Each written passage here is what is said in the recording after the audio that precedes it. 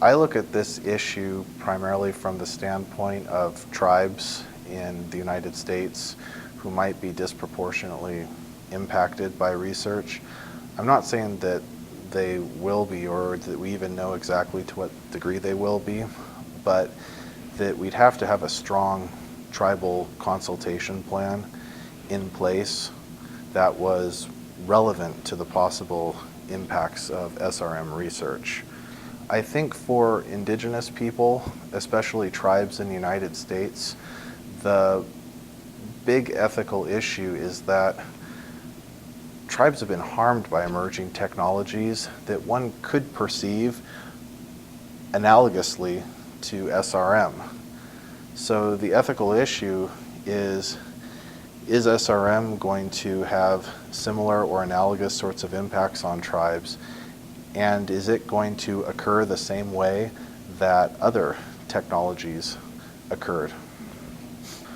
I think that in Indian country in the United States, we need to set up numerous forums where tribal leaders, either elected tribal officials or leaders of organizations within tribes and other community leaders, need to get together and start discussing these issues and having a dialogue to begin to prepare Indian country for the possibility of this kind of research.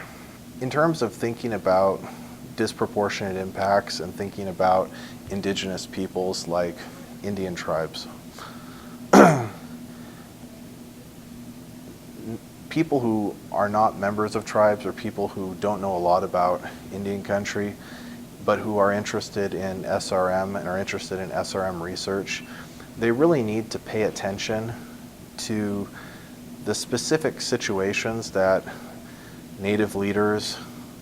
are in with regard to whether to endorse SRM, whether to see SRM positively, and they really need to understand that it's not just about whether